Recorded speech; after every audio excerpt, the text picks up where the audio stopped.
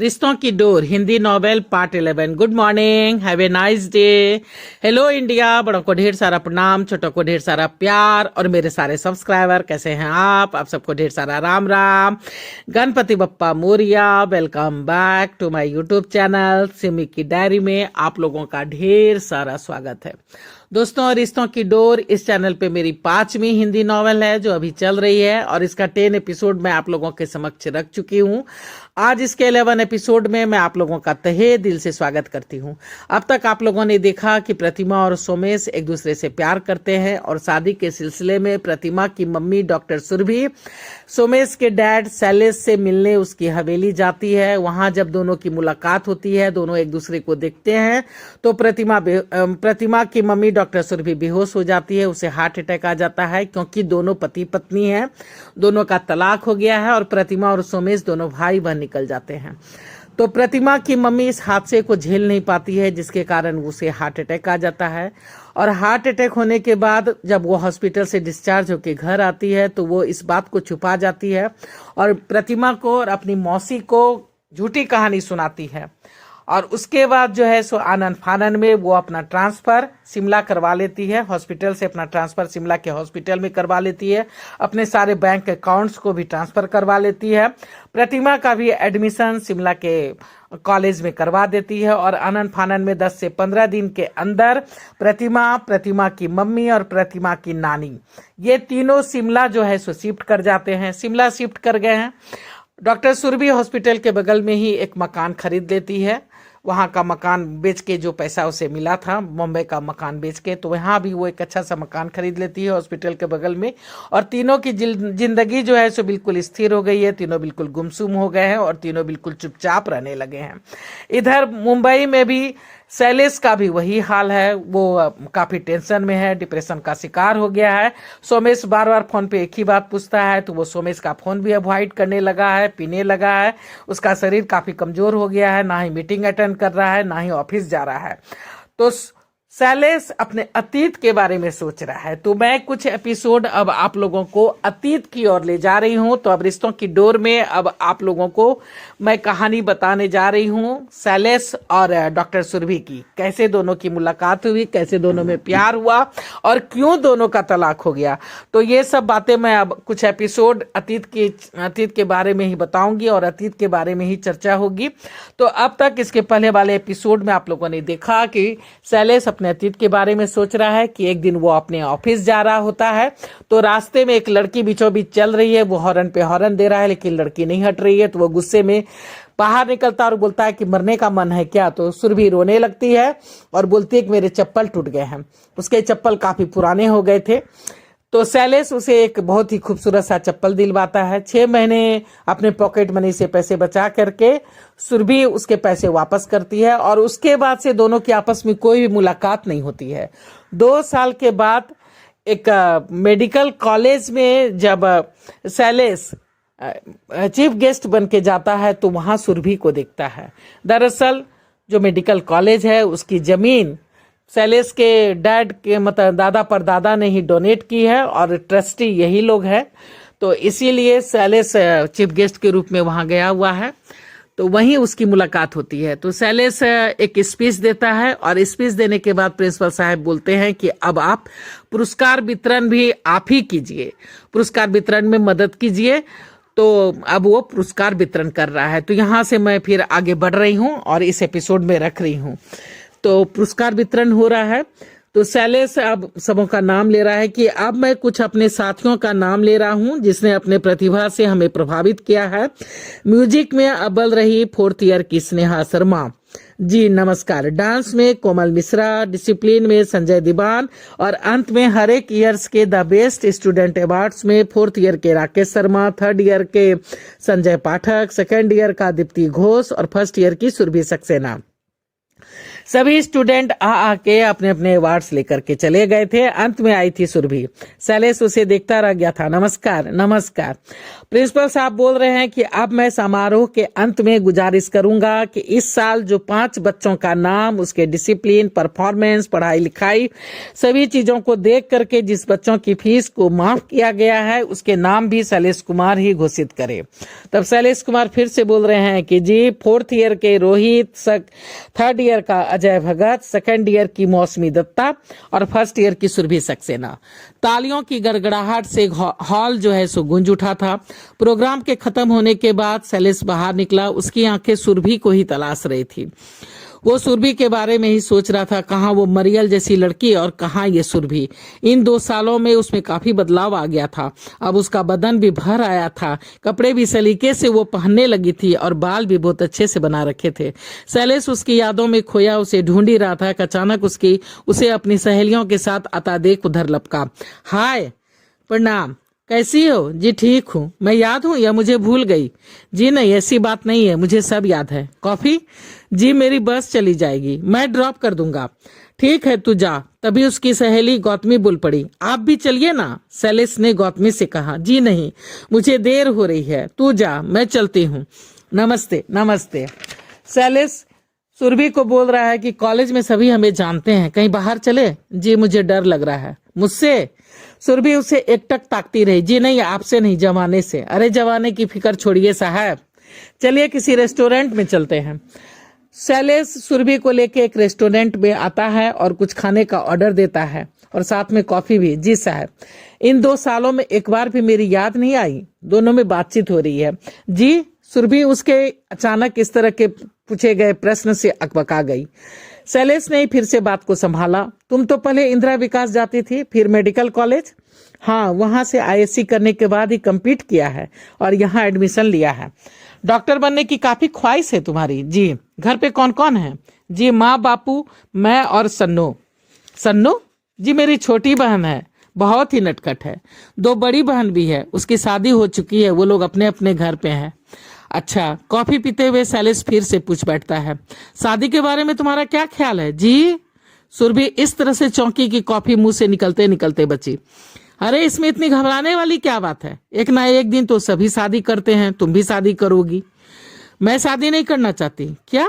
शैलेश इस तरह से चीख पड़ा कि सभी उसे देखने लगे। सॉरी, मेरा मतलब है क्यों नहीं करना चाहती? क्योंकि मैं डॉक्टर बन के गरीबों की सेवा करना चाहती हूँ। परिवार होने पे मैं उन लोगों को वक्त नहीं दे पाऊंगी। ये पेशा ही कुछ ऐसा है। फिर मुझ पे तो जैसे जुनून सा सवार है। मैं बहुत कुछ करना चाहती हूँ। शैलेश बोल रहा है कि वो सब तो ठीक है, पर शादी क्यों नहीं कर सकती? क्या डॉक्टर शादी नहीं करते? अपना अपना ख्याल है तो ख्याल को बदलो मैडम। तुम्हारा यही ख्याल रहा तो मेरा क्या होगा? जी। सुरभि एकदम अकबका गई। जी क्या लगा रखी है, सीधी सी बात है, तुमसे प्यार करता हूँ और शादी करना चाहता हूँ। पर अचानक इस तरह से? हम तो कभी एक दूसरे से मिले भी नहीं, एक दूसरे को जानते भी नहीं है ठीक से। ये सब अचानक ही होता है मैडम। फिर हम अनजान नहीं हैं आपस में। 2 साल पहले भी तो मिले थे ना, एक दूसरे को तो जानते ही हैं। पर इसके लिए तो मेरे घर वालों से बातें करनी होगी आपको। हाँ भाई, तो कर लेंगे ना, मैं भी कहाँ तुम्हें अभी लेकर भाग रहा हूँ। सुरभि शर्मा गई। मुझे सोचने का वक्त चाहिए। फिर अभी तो मेरी पढ़ाई शुरू हुई है और अभी इस तरह से अचानक? मेरी समझ में कुछ नहीं आ रहा है। मेरी अभी उम्र ही क्या है? यही कोई 18-19 साल, यही तो उम्र है शादी की। फिर तुम अपनी छोड़ो ना, मेरी तो उम्र हो गई है ना। पूरे 9-10 साल का बड़ा हूं तुमसे। सोच लो, बाद में नहीं करना। अगर पसंद नहीं हो तो अभी बता दो। अगर पसंद नहीं हूं तो अभी बता दो। नहीं, ऐसी बात नहीं है। भला कौन लड़की होगी जो आपको नापसंद करे? पर मेरी पढ़ाई। ठीक है, फिर बातें होगी। काफी लेट हो गए हैं, अब आप मुझे घर छोड़ दे। हाँ चलो। शैलेश उसे लेकर के निकल गया। घर से थोड़ी दूर पहले ही उसे उतार करके चलता बना। शैलेश को खुद पर आश्चर्य हो रहा था कि अचानक उसने शादी का प्रपोजल कैसे दे दिया। ये क्या हो रहा है मुझे? इन 2 सालों में तो मैं उसे करीब करीब भूल ही चुका था। फिर ये अचानक ऐसे जज्बात आखिर दिल में आए तो आए कैसे? ये दिल भी कमबख्त पता नहीं क्या चीज है। शैलेश के पिता सब्बीर कुमार 3 भाई थे। बड़ा भाई दार्जिलिंग, दूसरा भाई मसूरी तथा सबसे छोटा सब्बीर कुमार नैनीताल में रहता था। तीनों के हिस्से का बंटवारा उसके पिताजी सम्मी कुमार ने अपने जीते जी ही कर दिया था। दादा का तो स्वर्गवास हो गया था, पर दादी अभी जिंदी थी और सभी बेटों के पास थोड़े थोड़े दिनों तक रहती थी। 3 बुआ थी, तीनों की शादी हो गई थी, सभी अपने घर परिवार के साथ सुखी थी। बड़े भाई को 2 बेटा 1 बेटी थे, मंझले को 2 बेटी 1 बेटा, तथा शैलेश तो इकलौता बेटा था। एक तो इकलौता, ऊपर से सबसे छोटा, इसलिए वो काफी जिद्दी हो गया था। काफी रिश्तों को मना कर चुका था, सभी इसे मना मना के थक गए थे, पर ये किसी की भी नहीं सुन रहा था। इतने अच्छे अच्छे रिश्तों को मना करने के बाद ये अचानक सुरभि के लिए ऐसा विचार उसके मन में आया तो आया कैसे? इस बात पर खुद शैलेश को भी आश्चर्य हो रहा था। घर पहुंचने के बाद शैलेश ने गाड़ी पार्क की और चहकते हुए घर में कदम रखा। अरे क्या बात है, बहुत चहक रहा है। प्रोग्राम कैसा रहा? बहुत अच्छा रहा दादी। तभी उसकी माँ बोल पड़ती है, माँ आप प्रोग्राम की बात करती है, मुझे तो कुछ और भी लग रहा है। इसके चेहरे की चमक बता रही है कि बात तो कुछ और है। क्यों, कोई लड़की पसंद आ गई क्या? जी बिल्कुल ठीक समझा आप दोनों ने। क्या? दोनों सास बहू चौंक पड़ी। कौन है? अरे लड़की है। और कौन है? अब लड़का से तो शादी नहीं करूंगा ना। धत, रुक अभी बताती हूँ।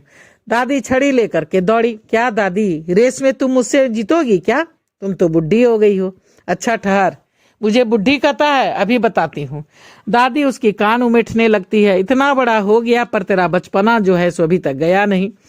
आपको सताने में मजा जो आता है, बहुत मजा आता है। जी हाँ, बहुत मजा आता है। हाँ, और मुझे भी। फिर दोनों हंस पड़े। माँ सीता देवी भी हंस पड़ी। बारे दादी और बारे पोता। सुरभि उस दिन रात भर परेशान रही। उसका पढ़ने में भी मन नहीं लग रहा था। उसे बार बार लगता कि आखिर ऐसी क्या बात है मुझ में जो उसने एकदम से शादी की बात कर दी। मैं तो 2 साल पहले वाली बात तो बिल्कुल भूल चुकी थी। फिर ये सब अचानक, कहीं उसे मुझसे प्यार तो नहीं हो गया है? पर ऐसे कैसे? कभी मिले भी नहीं, फिर ये अचानक। ये अमीर लोग भी पता नहीं, औरत को पैर की जूती समझते हैं। कब यूज करके छोड़ दे कह नहीं सकते।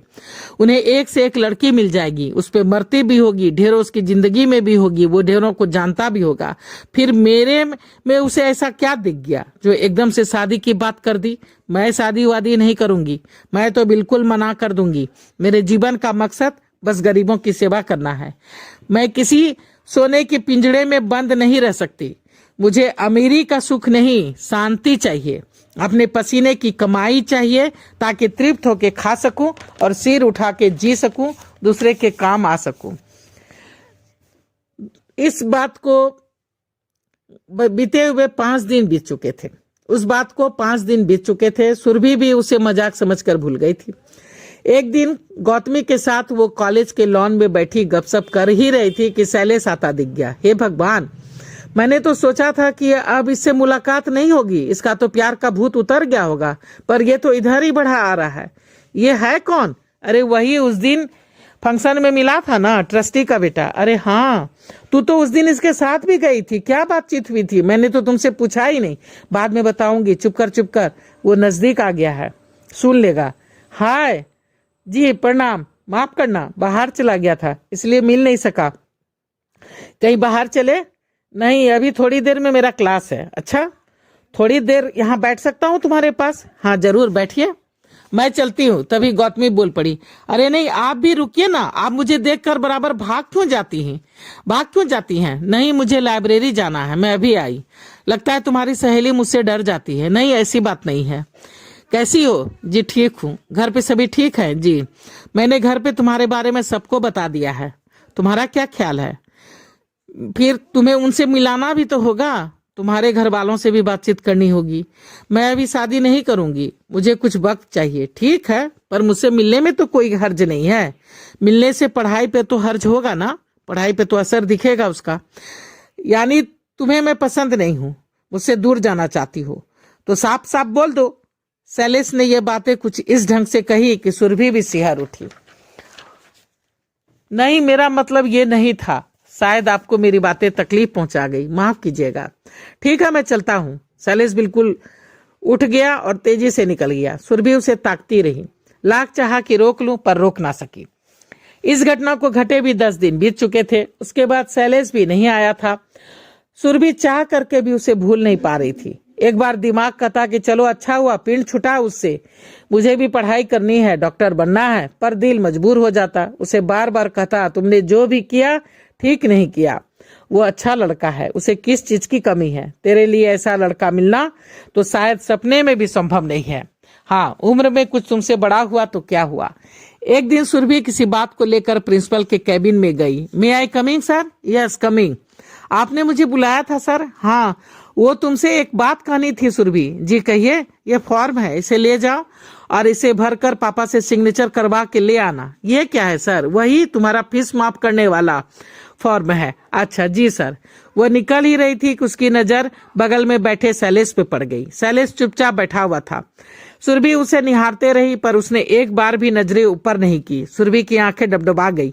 वो तेजी से बाहर निकल गई। उसके क्लास ऑफ हो गए थे। वो घर जाने के लिए निकली, पर उसका मन बिल्कुल भारी भारी हो गया था। लगता है शैलेश मुझसे नाराज हो गया है, तभी तो नजरें तक नहीं मिलाई। शायद उन्हें भी अपनी भूल का एहसास हो गया हो। कहाँ राजा भोज और कहाँ गंगू तेली। चलो ये भी अच्छा हुआ, पर मुझे बुरा क्यों लग रहा है। सुरभि अपने ही धुन में खोई हुई थी कि हॉर्न का आवाज सुनकर के चौंक पड़ी। शैलेश की ही गाड़ी थी। वो किनारे हट गई, गाड़ी तेजी से निकल गई। वो समझ गई कि शैलेश मुझसे बहुत ही नाराज है, पर कर भी क्या सकती थी। वो धीरे धीरे गेट की ओर बढ़ रही थी। बस जा चुकी थी। वो दूसरे बस का इंतजार बस स्टॉप पर खड़ी कर रही थी। शैलेश के बारे में ही वो सोच रही थी। कब बस आई, कब वो बस पे बैठ गई, उसे कुछ भी होश नहीं रहा। तभी कंडक्टर ने उसे टोका। Ticket ticket ticket. जी खुदरा नहीं है, मैं देता हूं। तभी पीछे से आवाज सुन करके वो चौंकी। शैलेश कब उसके पीछे आया, बस पे चढ़ा, उसके पीछे बैठ गया। उसे कुछ भी होश नहीं रहा। उसकी आंखें भर आई। क्यों रो रही हो? मैं बुरी हूं, बहुत बुरी हूं, मुझे माफ कर दो। मैं आपकी बेरुखी नहीं सह सकती। कोई बात नहीं पगली, मैं भी तो देख रहा था कि तू मुझे मिस करती भी हो या नहीं। बिना प्यार के शादी अच्छी नहीं होती। पर मुझे अभी पढ़ना है, बहुत पढ़ना है। अगर शादी के बाद नहीं पढ़ पाई तो ठीक है ना। आधी पढ़ाई शादी के पहले कर लो, आधी शादी के बाद कर लेना। इस बीच तुम्हें भी मुझे जानने का और समझने का मौका मिल जाएगा। हम आपस में मिलते जुलते रहेंगे, प्यार बढ़ेगा तो तुम खुद ही शादी करने के लिए बेकरार हो जाओगी। शैलेश फुसफुसा उठा। धत, सुरभि शर्मा गई। तो चलिए दोस्तों, मैं इस एपिसोड को यहीं पे समाप्त करती हूँ। अब कुछ एपिसोड जो है सो अतीत की बातें ही की जाएगी कुछ एपिसोड में। और दोस्तों, कहानी फ्लैशबैक चल रही है, अतीत की बातें हो रही है। तो देखिए, अब कुछ एपिसोड में अतीत की ही बातें की जाएगी। तो देखिए कैसा लग रहा है। तो सपोर्ट कर दीजिए। सपोर्ट करने के लिए चैनल में अगर पहली बार आए हैं तो सब्सक्राइब कीजिए, लाइक कीजिए, शेयर कीजिए, कमेंट्स कीजिए, बेल का बटन जरूर दबाइएगा, ताकि जब जब मैं वीडियो डालूंगी तो आप लोगों को नोटिफिकेशन मिल सके। अब मैं अपनी वाणी को यहीं पे विराम देना चाहती हूँ। जय भोलेनाथ, हर हर महादेव। और आप लोगों का ढेर सारा थैंक्स सपोर्ट बनाए रखने के लिए और मेरे वीडियो को शुरू से अंत तक देखने के लिए। Thanks for watching my video.